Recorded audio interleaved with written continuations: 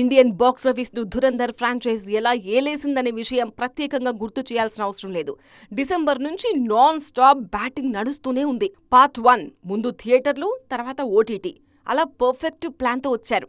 కానీ పార్ట్ 2 విషయంలోనే నిర్మాతలు తీసుకున్న నిర్ణయం సినిమాను కన్ఫ్యూజన్ స్టేజ్లోకి నెట్టేసింది. ధురంధర్ 2 ఏకంగా 1700 కోట్లకు పైగా వసూలు చేసింది. థియేటర్స్లో 50 రోజులకు పైనే ఆడింది. ఈ మధ్య నెట్ఫ్లిక్స్ వేదికగా మే 15న గ్లోబల్ రిలీజ్ అయింది. ఇండియాలో మినహా ప్రపంచవ్యాప్తంగా ఈ సినిమా ఓటీటీలోకి వచ్చేసింది. ఇండియాలో మాత్రం హాట్స్టార్లో జూన్ 4న రానుంది. ఇక్కడే తేడా కొడుతోంది వ్యవహారం.